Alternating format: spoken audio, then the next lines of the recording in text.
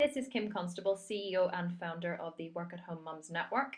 This is your home business essential planning kit tutorial, which is the tutorial that accompanies the free business plan that you got whenever you became a member of the Work at Home Mums Network. Now, if you haven't yet become a member of the Work at Home Mums Network, I suggest that you pause this video, go to the home screen and enter your details in the box on the right hand side to receive the email with the links to the free reports and the marketing plan and the business plan and everything else that we give you whenever you become a free member of the network.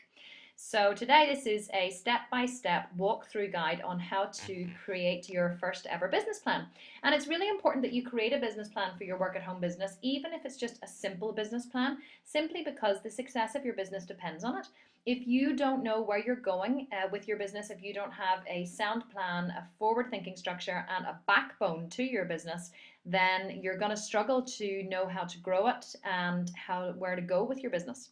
So this is your guide and this is your tutorial. So let's start.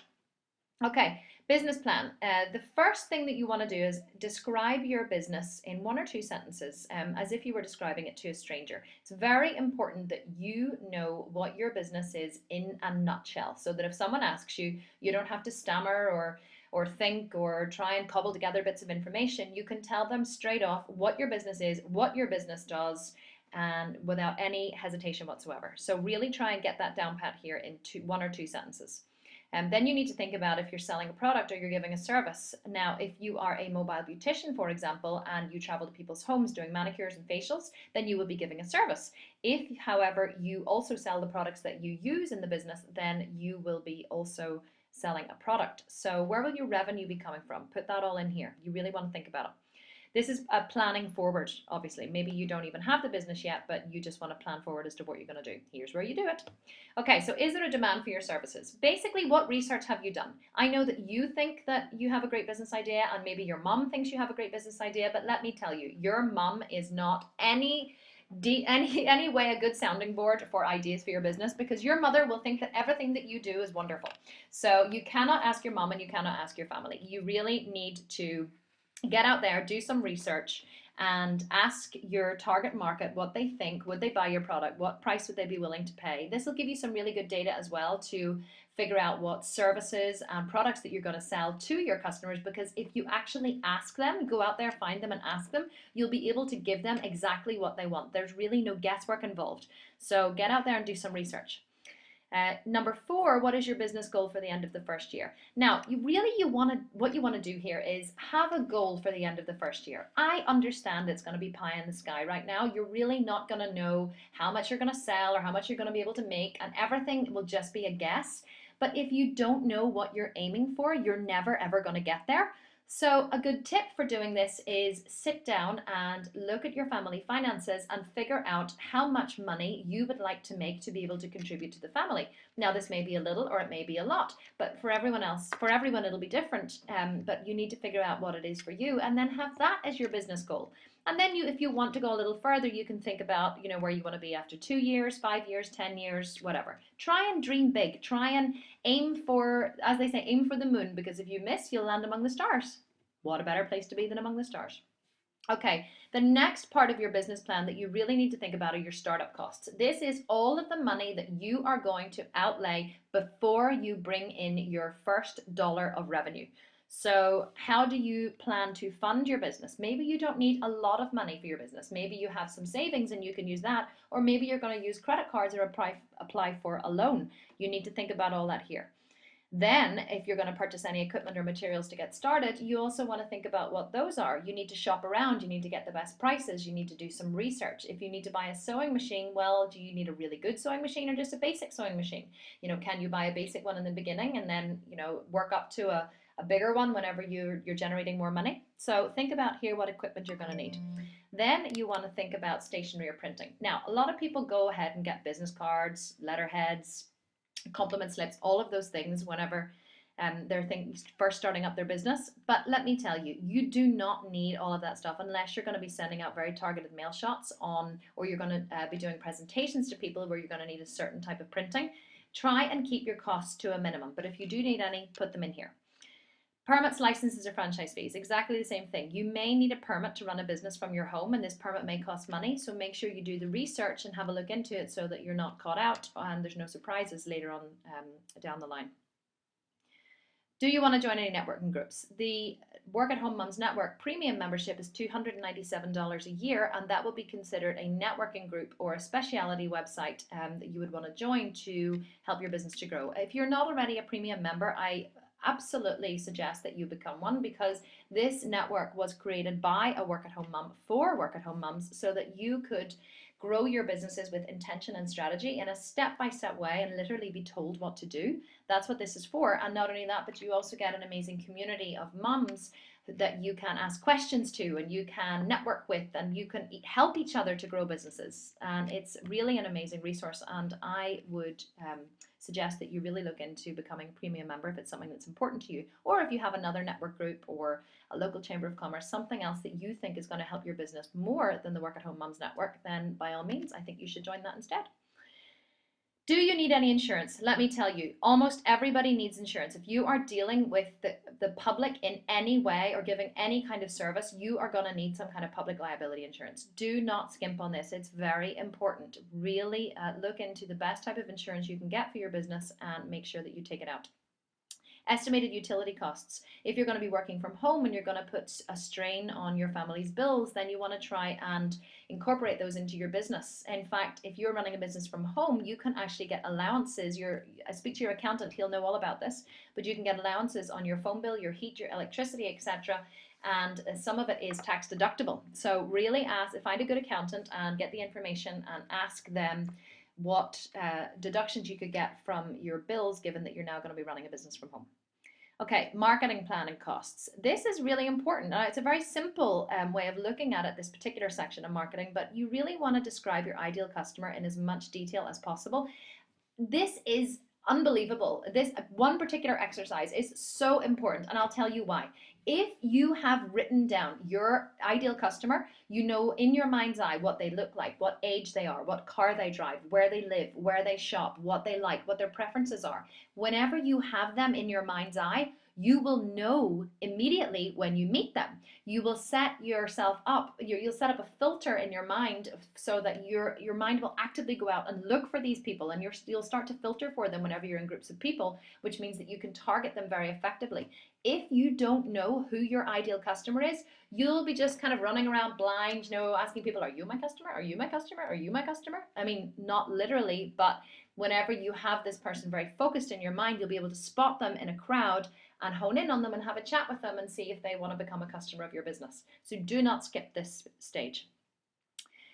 Same thing, where does your customer spend time? Whenever I was starting my first business, I used to go think about the people who would be doing my customers' nails, who'd be doing their hair, who would be, where would they be drinking coffee and eating? And I used to leave, leaflets and promotional material and enter into strategic partnerships with these people to reach my target customers. So really think about where they socialize and where they hang out. Do they belong to any groups, either locally or on the internet? Try and find the groups where they belong to. Get in there with the groups, join them, interact with them, chat with them. Not to try and get something from them, but just to try to build a connection with them. That is the most important part of marketing anything. You want to give somebody or create something for somebody that is good for them. That is the whole point of sales and marketing. It is not to take from the customer, it is to give to them, to enhance their lives, to enrich their experience of themselves. That is what sales and marketing is for. So that's what you want to think about. You're not trying to take from them or sell to them, you're trying to make their lives better. So find the groups where they hang out and join them. Brainstorm ways to reach your ideal customer. Okay, most people think about spending money. That's the first thing they think about whenever they start a business is advertising. Let's spend some money on advertising. I'm here to tell you, you do not need to spend money on advertising to grow your business. I have several businesses and I have never yet spent one single penny on advertising. That is the truth. It is much better to connect with people, to chat with them, to find them, and to have word of mouth grow your business than it is to advertise. Sometimes very targeted advertising, of course, can be good, and I know several business owners that it's worked really well for, but you really need to think about, is it going to be good for your business? Are you going to spend money there? And don't just spend money there because you feel that you should or because it's easy. Get out there and do the hard work. If you're going to need a website or an online shop, will you design it yourself or hire someone? If you are not very good with websites or the internet, I suggest that you hire someone. You can find some very, very good, very inexpensive web designers on the internet. If you go to websites such as elance.com or peopleperhour.com or Fiverr with 2Rs.com, you can literally get anything done extremely cheaply. My own web designers are in India, and we converse via Skype every day, and I have found them exceptional, both in terms of design and customer service, far better than I could ever get here in Ireland. So definitely have a look around in the internet and find someone to design your website for you if you're not good at doing things like that yourself, and then put the cost of the website in here. Then think about any other promotional material you'll need, signage, car graphics, whatever, all those costs you want to put in here. Childcare. You need childcare if you're going to start a home business. I'm sorry, but there's absolutely no way around it. Yes, you could work evenings, weekends, get up early in the morning, but you know what? Being a mom and looking after your kids is exhausting enough. You don't want to put any extra pressure on yourself. Find childcare. Here you want to detail how many hours per day or days per week at home, whether you're going to use friends, relatives, and if there are any costs, put the total costs in here. Again, same thing, think about your home office. Is there a space where you can set it up? This bit's actually really fun because setting up the home office is really cool, and it's really good to have a space that's yours.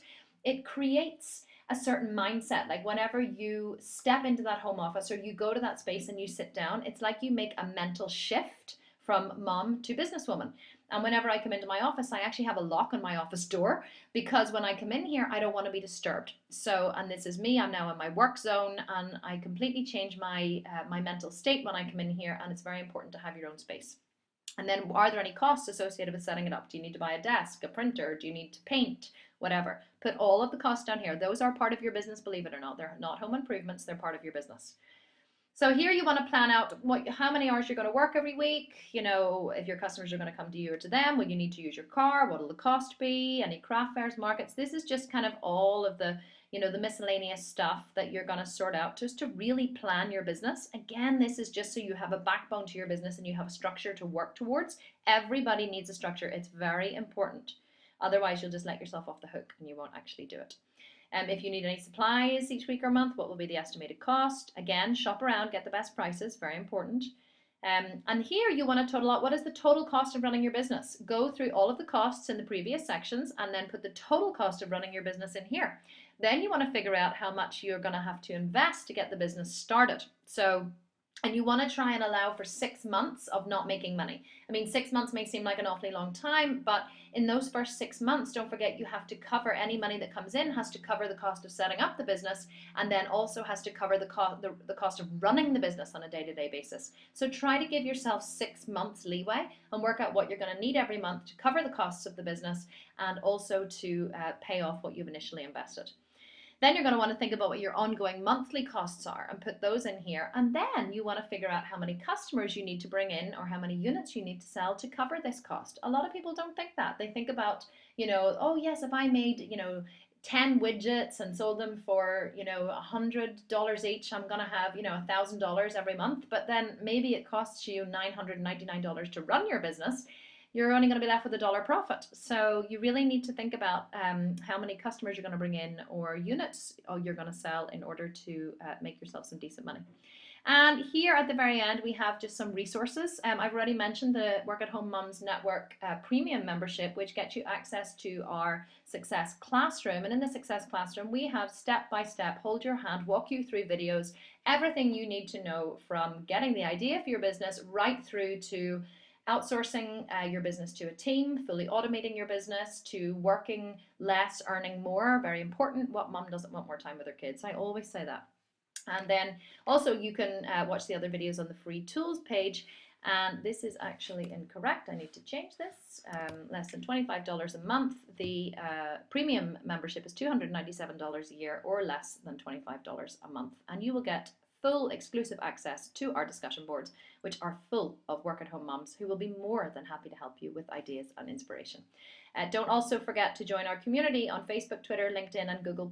We would love to meet you there. And Facebook is actually a really cool place to hang out. We post some really funny stuff, mom stuff, kid stuff, as well as, business ideas and things to help you get started. So thank you very much for listening today. And this is the Work at Home Mums Network. This is Kim Constable, and this was your tutorial on starting a profitable business from home. Please feel free to leave a comment. We love to hear from you. Okay, take care. Bye-bye.